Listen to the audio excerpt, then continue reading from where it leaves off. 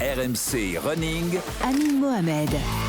Bonjour à tous et bienvenue dans RMC Running, le podcast de RMC destiné à tous les passionnés de la course à pied. Nouvel épisode de cette opération Oka UTMB Mont-Blanc avec toujours mon acolyte de toujours, mon acolyte préféré même, je dirais, Johan Durand, futur trailer. Salut Amine, ça va? Ouais, impeccable. ça va, et toi, l'air frais de Chamonix? Ah bah l'air frais nous fait du bien, on est bien là. C'est clair. Pas trop chaud, pas trop froid, c'est parfait. En plus on est bien à l'abri. On est, avec ce et plateau puis ouais, on est délocalisé magnifique, pour la vue l'occasion. sur les montagnes, en on va plein pas cœur se de plaindre. Chamonix.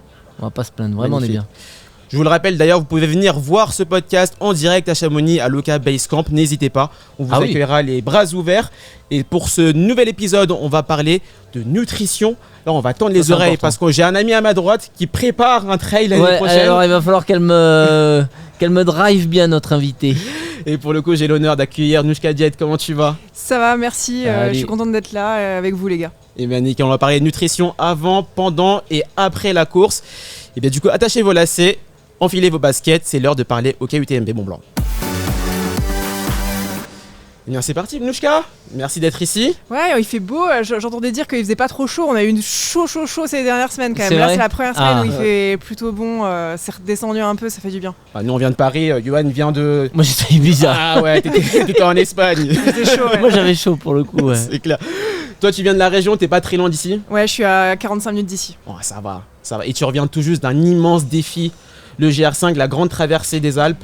C'est ça. Incroyable. Plus qu'un défi là, c'est. Oh, raconte-moi les C'était chiffres parce que un beau j'ai vu 35 000 mètres de D+. Ça m'a Ouais. fait Bah, donner la écoute, boule au ventre. Ça fait bientôt un mois tout pile que j'ai fini. Je suis arrivée le 28 juillet. La grande traversée des Alpes, c'est quoi? C'est une trace par le GR5 qui est un chemin de grande randonnée de Thonon-les-Bains au bord du lac Léman jusqu'à Nice au bord de la Méditerranée. Et il y a 630 km et 35 000 mètres de dénivelé positif. 630 Et km. 35 000 mètres de dénivelé positif. Moi ce qui m'a fait peur c'est tout à l'heure en off, elle me disait les heures de sommeil qu'elle a dormi pendant son Moins de périple. 15 heures je pense sur la grosse semaine. Le défi a duré 7 jours et 17 heures. Et en moins de 8 jours, je pense que j'ai dormi moins de 15 heures. Moins de 15 heures sur la semaine. 2 heures par nuit à peine. 2 heures, il y avait des nuits. La première nuit, j'ai quasi pas dormi tellement j'étais énervée, excitée et tout. Après, entre 3 heures, mais très saccadée. Et puis les 2 derniers jours, j'ai pas du tout dormi parce qu'il fallait. Il fallait cavaler arriver, pour battre le record. J'avais le record en ligne de mire, c'était pas l'objectif principal, mais il était là. Et au début, j'étais bien. Plus ça avançait, plus il y a eu des difficultés. Et à la fin, on s'est dit si on veut tenter le record, il faut pas dormir là, il faut y aller. Wow. Donc les 165 derniers kilomètres, on les a fait d'une traite. Pas de sieste? Si, sieste, mais pas de sommeil. Micro-sieste. J'ai dormi sur le bord du sentier, à l'arrache vite fait, par terre, voilà. T'as pas eu d'hallucination à un moment donné? Sur la fin, mais franchement, pas tant. Juste sur la fin, mais des trucs marrants, des petits cailloux qui se déforment, tu vois des gens qui font de la guitare à côté de toi, mais en vrai, des trucs tu sais que t'hallucines et c'est pas encore dangereux, quoi. Ça fait peur quand même moi. Quand C'est quand tu les gens te vois un racontent guitariste au sommet des Alpes à côté de toi. Christophe Mahé, qu'est-ce qu'il fait là? Je disais à mes potes, les gars, il y a quelqu'un qui fait de la guitare là. Ils me disaient, mais qu'est-ce que tu racontes, toi? Ah oui. Oh, ça fait flipper. Et alors, la récupération, comment ça se passe? Tu Tu disais que t'avais assez mal aux jambes au début? Ouais, ça a été compliqué. D'habitude, quand je fais un ultra, entre 15 et 30 heures de course, au bout de 2-3 jours, j'arrive déjà à recourir, je suis bien, mon sommeil il se régule. Et là, ça a été un peu chaud. Pendant une semaine déjà, je pouvais rien faire. Je me couchais, je dormais, je pouvais rien faire du tout. La deuxième semaine, j'ai essayé de me rebouger un peu, de rallumer l'ordi, mais c'était compliqué. Troisième semaine, j'ai fait un peu de vélo. Et là, on est dans la 4e semaine, ça commence à aller, je recours un peu. Mais ça met du temps, quoi. Forcément, c'est traumatisant pour le corps, c'est pas anodin de faire ça, quoi. T'es vraiment une ultra trailer aguerrie, parce que pour recourir, faire du sport après 3 semaines, moi quand je fais un semi-marathon, 10 jours après je suis encore au lit et après 3 semaines il faut à peine me sortir du lit parce que c'est compliqué. Ce qui est dur c'est enchaîner musculairement tous les traumas mais aussi le manque de sommeil, retrouver une alimentation, retrouver une routine, tout. Ouais, l'alimentation aussi, pour le coup j'ai perdu 5 kilos sur cette traversée. Ouais. Alors ce qui est marrant c'est que à la fin j'ai pris je pense 3-4 kilos. Si on voit les vidéos à l'arrivée, je suis pleine de flotte et tout, j'ai les jambes c'est des poteaux, je fais de la rétention d'eau.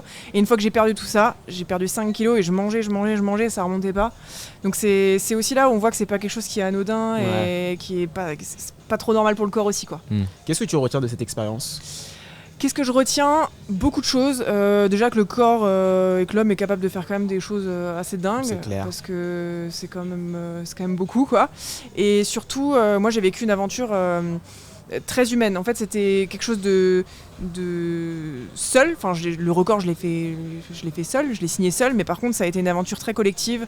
J'avais mon assistance qui était là, mes potes qui sont venus. En fait, à la base, je devais avoir 1 ou 2 copains qui venaient courir avec moi tous les jours. Au final, tous mes potes qui sont venus au départ, ils sont jamais repartis. Ils ont dit à leur taf, tu sais quoi, je prends une semaine et je reste. Et au final, on a tous partagé un bon moment. Et à la fin de la semaine, ce qu'on a tous retenu, c'est ok, le sport, même individuel, c'est ultra collectif et on se tire tous vers le haut, on s'inspire tous. Et ouais, ça a été hyper fort. Et derrière, quand je suis rentrée chez moi, j'étais toute seule, j'étais hyper triste quoi. Ah oui, la fin, la redescente, le blues. On a vécu un truc de fou tous ensemble une semaine et là, bah voilà. Plus de défis, plus rien. Qu'est-ce qu'on fait ça. Comment on s'alimente, justement, c'est le thème du jour, pendant une semaine où on va parcourir 600 km, 35 minutes et plus, il n'y a pas de restaurant forcément au sommet des Alpes. Refuge. Comment on fait comment on s'alimente contrairement à...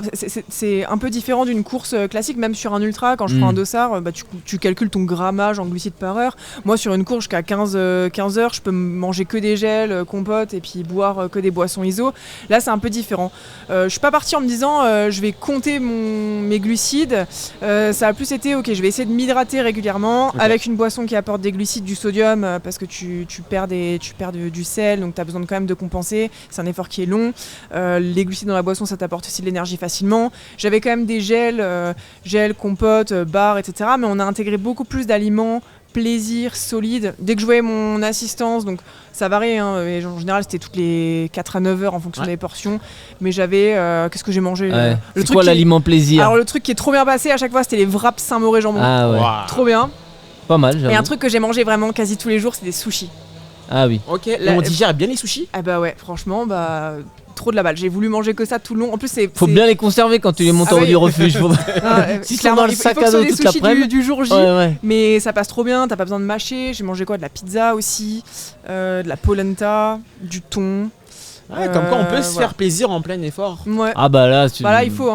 Là en fait, il faut prendre tout ce que tu peux prendre et t'alimenter au maximum. Ouais. Et après, j'ai calculé un peu ce que j'avais mangé. Au final, ça me fait une moyenne quand même à 60 grammes de glucides par heure. Wow. Donc ce qui est très très bien. C'est clair. On le rappelle, Nouchka a publié le Nutri-Guide du sportif aux éditions Marabout, où justement tu prodigues tes meilleurs conseils pour les professionnels et amateurs, sportifs, aguerris ou non, pour préparer un trail ou une petite course sur route. Et les meilleurs conseils sont donc dans ton livre, presque. T'allais dire un truc, Johan, t'allais intervenir. Non, je voulais lui demander si elle savait combien elle avait perdu en termes de calories par jour. Bah ouais, alors c'est une estimation. Moi, j'avais le brassard cardio, mais globalement sur toute la semaine, 70 000 cals. D'accord, ah ouais. Ça fait 9 200 par jour. Donc t'imagines comment il faut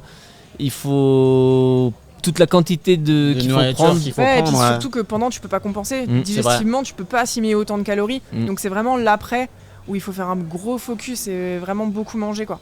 Et puis sur l'avant aussi, je pense que sur un défi comme ça aussi long, c'est un petit peu différent de quand tu arrives sur une course qui dure quelques heures ou un jour. Tu peux pas arriver ultra affûté, quoi. Tu peux pas te dire j'arrive à mon meilleur rapport poids-perf parce que sinon en fait tu sais que tu vas reperdre derrière de l'énergie. Donc je pense que sur ce genre de défi, c'est bien limite d'avoir 2-3 kilos en plus, quoi. Alors justement, on va parler de conseils nutrition. La semaine de compétition, on a les athlètes qui vont partir pour le format UTMB vendredi 17h45. Ouais. Qu'est-ce qu'on fait pendant cette semaine? Qu'est-ce qu'on mange? Qu'est-ce qu'il faut faire attention à des aliments interdits ou presque? Globalement, on fait pas grand-chose de nouveau par rapport à ce qu'on a l'habitude. Je dis souvent que l'alimentation, c'est comme l'entraînement, c'est comme le matériel. Tu vas pas partir sur ton UTMB avec des chaussures que tu connais pas. Ouais. Niveau nutrition, c'est pareil. Je dis ça peut paraître logique, mais parfois, c'est pas le cas chez tout le monde. J'entends quand même des dingueries. Oui. Donc voilà, je dirais que jusqu'à 3 jours avant, donc le départ c'est vendredi, jeudi, mercredi, mardi, voilà. Jusque demain soir, jusqu'à mardi soir, on ne change pas grand-chose, on reste sur une alimentation normale. Et en fait, à partir de 3 jours avant la course, l'objectif c'est de manger un petit peu plus de glucides. Pourquoi? En fait, pour augmenter ce qu'on appelle les réserves de glycogène. Donc le glycogène, c'est quoi? C'est des réserves de sucre qu'on a dans le muscle, dans le foie, et qui vont servir à apporter de l'énergie pendant l'effort. Et en fait, en mangeant plus, on peut en stocker plus, ce qui est intéressant pour retarder la fatigue pendant l'effort. Donc ça passe par plus de pâtes, plus de riz, pommes de terre ou quoi que sais-je dans l'assiette. Ça peut être des desserts un petit peu plus sucrés, genre du riz au lait, tu vois, ce genre de choses.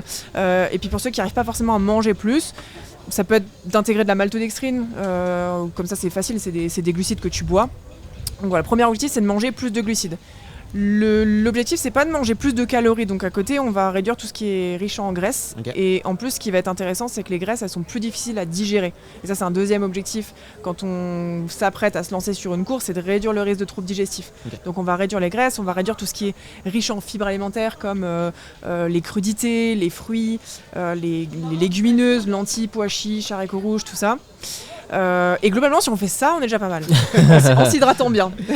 Est-ce qu'il y a des habitudes différentes entre un routard qui va faire 30-40 minutes d'effort, comme sur un 10 km, et un ultra-trailer qui part pour 30-40 heures de course? Quelqu'un qui s'apprête à faire un 5-10 km, il n'a pas forcément besoin de faire de recharge glucidique en fait. Parce que tu as besoin, quand tu vas fournir un effort, au-delà d'1h30 à peu près. Tes réserves de glycogène... normalement, à dose normale, elles te permettent de fournir un effort 1h30 sans t'alimenter. Donc ça sert à rien de manger plus de glucides avant un effort qui va être inférieur à cette durée, parce qu'en fait tu vas aussi stocker de l'eau et donc tu vas prendre du poids. Donc t'as pas plus d'énergie et en plus tu te trimbales 1 ou 2 kilos en plus. C'est pas très intéressant. Tu as des habitudes alimentaires, toi, avant une compétition comme un marathon, justement, où là, il y aura du réapprovisionnement? C'est un effort pour toi qui dure 2 heures un peu plus, 2h09, quand tu es en pleine forme? Ça dépend quand je suis en forme ou pas, ouais. Mais non, bien évidemment, ouais, sur marathon, on fait attention quand même à ces 3-4 jours pré-compétitifs qui sont importants. Alors après, voilà, il y a aussi dans la préparation marathon tout ce qu'on va prendre. Moi, je sais que l'alimentation aussi, de mon côté, doit garder une notion de plaisir à un moment donné dans la prépa, parce que 12 ou 14 semaines de prépa, c'est long. Et j'ai besoin aussi de me faire plaisir, parce que sinon, si c'est que de la contrainte, que ce soit dans l'entraînement et aussi dans l'alimentation où tu te prives, je trouve que voilà, je suis pas dans les excès, mais je me permets de faire de temps en temps une pizza, un burger, des pancakes, un machin, un truc pour la notion de plaisir, et sortir un peu du pâte blanc de poulet, légumes, machin truc. Et après, effectivement, dans les derniers jours, comme disait Nouchka, moi je rajoute de la malto dans ma boisson pendant 3-4 jours. Je fais un peu et des électrolytes. Je fais attention à ce que je mange. J'enlève tout ce qui est toutes les fibres et tout ce qui est un peu dérangeant, parce que voilà, je sais que ça peut être très compliqué sur le marathon. Mais oui, on doit avoir une stratégie nutritive ultra importante. Ça sert à rien de s'entraîner comme un champion ou de vouloir s'entraîner dur si on fait pas la même chose aussi dans l'alimentation. L'alimentation, c'est vraiment ça fait partie de l'entraînement. Il faut que les gens en prennent conscience que il y a le côté entraînement pur, il y a le côté nutrition, il y a le côté mental, il y a tout plein d'aspects à entraîner, et l'alimentation en fait partie, parce que tu peux gâcher des compétitions, des marathons ou des courses, des semis, des 10K à cause d'une mauvaise alimentation. Ça, c'est une certitude. Clairement, surtout quand on sait que la principale cause d'abandon justement sur des courses d'ultra-endurance comme le trail, c'est les problèmes digestifs. Donc en fait, c'est quand même bête d'avoir une prépa incroyable et derrière d'abandonner parce que tu n'as pas testé ta nutrition, tu as mangé trop de glucides, tu t'es pas assez hydraté, voilà. Alors justement, pendant la course, sur ces épreuves de l'UTMB Mont-Blanc, on a 8 formats différents. Pour certains, ils vont passer une nuit à l'extérieur, 2 pour la plupart d'entre eux. C'est une épreuve en semi-autonomie, donc on a le droit d'avoir une assistance lors des ravitaillements. Qu'est-ce que les proches doivent prendre dans leur petit sac à dos pour venir et apporter justement à leurs copains? Est-ce qu'il y a des choses à ne pas prendre forcément? Je dirais que ça dépend déjà de ton niveau. Entre le premier qui va claquer l'UTMB en moins de 20 heures et le dernier qui va justement, comme tu le disais, passer 2 nuits dehors, on va pas du tout être sur la même stratégie. Les pros, si tu analyses un petit peu ce qu'ils font, il y en a qui consomment que de la boisson d'effort et des gels et rien d'autre. T'en as qui consomment pas du tout de solide, rien, et ils restent vraiment sur le même truc. Faut avoir l'estomac solide. Voilà. Quelqu'un qui le fait en 2 jours, l'UTMB, tu peux pas lui demander de faire ça. C'est pas possible. Surtout qu'il va pas même avoir le même entraînement digestif, il va pas être en mesure d'assimiler autant de glucides. Donc ça dépend déjà de là où tu pars. Et après, qu'est-ce que tu peux prendre? Et déjà, je pense que le trail, c'est un sport où on peut quand même relativement se faire plaisir. Évidemment, il ne faut pas manger n'importe quoi en trop grosse quantité, parce qu'après derrière tu as mal au ventre, mais tu peux quand même, quand je vous ai dit ce que j'ai mangé, sur le... Mais pour ça, il faut les avoir testés auparavant. Il faut l'avoir testé. Et puis il faut s'être entraîné d'un point de vue digestif, quoi. Si tu manges pas tous tes entraînements, parce que tu dis 2-3 heures de trail, j'ai pas besoin, je peux tenir, et que du coup tu testes jamais ta stratégie, si tu pars sur le TMB et que tu te mets à faire quelque chose que t'as pas l'habitude, c'est compliqué. Ouais, c'est un peu comme une stratégie au marathon au final. Il faut avoir testé tout ses pareil. gels pendant la Ah préparation. c'est exactement pareil, c'est la même chose. Ouais. Ça va pas te changer quand tu vas passer au trail. Non, bah. C'est juste qu'il va pouvoir manger des pizzas et ça lui arrive pas trop sur le marathon, quoi. C'est ça, exactement. Non, mais après, c'est sûr que c'est exactement pareil. C'est-à-dire que ta stratégie de nutrition, elle doit avoir été testée. On le répète assez souvent. Et parce que le risque d'abandon et le risque de troubles digestifs. Et puis en vrai, il n'y a rien de pire pour un coureur quand tu te sens bien et que tu es bien. Et que d'un seul coup, tu as mal au ventre. Et là, tu te dis, ouais, l'enfer. Et puis en plus, après, tu sais pas s'il faut t'arrêter, si tu t'arrêtes. En plus, du coup, tu vas sauter les prochains ravitaux parce que tu oses plus prendre de glucides. Et puis après, c'est un peu l'engrenage, quoi. Mais tu vois, un petit conseil vite fait qu'on peut donner à quelqu'un qui en pleine course commence à avoir des troubles digestifs. Moi je leur dis ok, vous arrêtez de manger et vous passez sur du liquide. Donc boisson avec des glucides, ça peut être du soda sur les ravitaux. Si vous voulez manger quelque chose, peut-être plutôt des compotes, ça passe souvent mieux. Ça passe mieux, ouais. Voilà, mais on réduit, et puis s'il faut ne rien manger pendant 2-3 heures, on réduit l'intensité aussi, parce que les troubles digestifs sont aussi dus aux impacts, à l'intensité, au fait que ton tube digestif il est plus assez bien irrigué. Donc on réduit l'intensité, on passe sur du liquide, et on croise les doigts pour que ça passe. On croise les doigts. C'est parfait. Il y a aussi le facteur jour J. Parfois, on a testé une stratégie de ravitaillement. Oui. Et le avec jour J, ça l'intensité, passe le stress, pas parce qu'on est en altitude, parce que la météo, le stress, etc. le froid sur le ventre. Ouais. Tu sais, des fois, t'as pas besoin de grand chose pour perturber la préparation. Ouais. Parfois, tu peux avoir testé un gel, une compote qui passe super bien toute ta prépa, et puis au bout de 5 heures, tu peux plus te le voir. Ah bah c'est pour ça qu'il faut prévoir d'autres choses. Il faut prévoir Plusieurs d'autres goûts, plusieurs textures, plusieurs marques différentes. Voilà. Pour le jour J, une épreuve qui commence à 17h45 pour le format UTMB. Ça fait long pour attendre. Quand t'es réveillé depuis le matin, là tu dois attendre la course, c'est stressant. Ouais. Il y a le stress qui s'installe. Qu'est-ce qu'il faut faire? Qu'est-ce qu'il faut manger? Et à quelle durée? Enfin, combien de temps avant la course on peut manger? Ouais, moi je pense qu'on peut donner deux stratégies. Forcément, il y a ceux qui vont se lever à 6-7 heures parce qu'ils sont stressés et d'autres qui arriveront à dormir jusqu'à midi. Donc tu vas pas avoir la même stratégie. Soit tu fais un petit déj classique le matin, pas trop riche en fibres, glucidique. Entre 8 et 10 heures, et puis tu te refais un déj, je sais pas, vers 13-14 heures. Okay. Soit tu te fais un petit brunch. Alors quand je dis brunch, c'est pas se faire une orgie alimentaire, on est ok, mais tu te fais un gros petit déj vers 11 heures, et puis tu te prends une collation vers 16 heures, un petit peu moins conséquente. Voilà, il y a les deux possibilités. Donc on est sur une épreuve qui va durer 30-40 heures, comme on l'a dit. Est-ce que le manque de sommeil peut perturber aussi la flore intestinale? Bonne question. Pourquoi cette question? T'as déjà eu écho de ça? Non, mais disons que moi, lui il s'inquiète de son sommeil. Ouais, exactement. Moi, alors, à mon avis, le manque de sommeil, ça va dormir. perturber autre chose avant de perturber ta flore intestinale, honnêtement. Ça peut être les hallucinations, on en parlait. Forcément, le manque de lucidité, derrière, t'es moins performant parce que franchement, avoir des hallucinations, ça t'handicape. C'est pas cool. En vrai, c'est marrant et tout, on rigole. Entre nous, t'as déjà eu des allus, mais c'est pas normal. En vrai, normalement, si t'as des allus sur un truc qui dure 30-40 heures, c'est que t'as mal géré ton sommeil, c'est que t'es arrivé avec une dette de sommeil, que la semaine avant, t'as mal dormi. Maintenant, est-ce que ça a un impact sur le système digestif? Je pourrais pas te répondre. Ouais, moi je me dis surtout que je mange globalement à 21h, 22h et que toi tu vois passer ce temps-là. Okay. Est-ce que ça peut te perturber? Donc, Si j'ai faim à 23h, je vais me coucher et je me réveillerai le lendemain et j'aurai encore faim. Mais bon, disons que j'ai pas passé ces 8 heures de nuit où. Ouais, mais t'es pas sur le même rythme. Là, tu vas manger en continu toutes les heures, tu vas apporter quelque chose. Ton rythme hormonal, il change aussi. Donc, je pense pas que le manque de sommeil puisse avoir un impact significatif là-dessus. Eh bien, génial. Pourquoi courir 160 km? Moi, je me demande des fois, parce que ça fait tellement de choses à préparer. Ah, c'est sûr, hein. C'est de la logistique, c'est clair, ouais. c'est de la logistique. J'en parlais ce matin avec Dorian justement qui va courir son premier UTMB dans l'OV et il me dit mais vous êtes trop des logisticiens vous en fait, il y a trop de trucs à penser, c'est pas juste tu prends tes baskets et tu vas courir quoi. C'est sûr. Là c'est pas du tout le même effort quand tu pars. Mais il faut le dire, on a fait des efforts, enfin la science a fait des efforts sur les connaissances en termes de nutrition et le fait de dire qu'on peut manger de la pizza, qu'on peut manger des sushis, c'est des choses qui étaient mal perçues plus ou moins il y a 15-20 ans, c'est ce que tu pourrais dire? Bah moi ce que je peux dire c'est qu'il y a 15-20 ans on s'intéressait pas autant à la nutrition qu'avant et je pense que ma vision des choses c'est que aujourd'hui on a quand même atteint un seuil où on a globalement tout compris à l'entraînement. Je veux dire dans la recherche scientifique on sait comment s'entraîner pour performer et du coup ces dernières années on cherche à optimiser d'autres leviers et la nutrition est un levier. À l'époque moi, quand j'accompagnais je pensais aux basketteurs, aux handballeurs quand ils voulaient perdre du poids, c'était terrifiant quoi. Leur coach leur disait vous mangez pas et puis vous venez à 5h du mat avant l'entraînement en KW et on va faire un sauna. Voilà, puis t'as perdu 2 kilos, t'es content. Par contre, t'as perdu 2 kilos. 2 kilos d'eau. Et quand je leur ai expliqué le déficit calorique, c'était non mais tu me saoules avec ton déficit calorique, juste nous on va rien manger et puis ça va bien se passer quoi.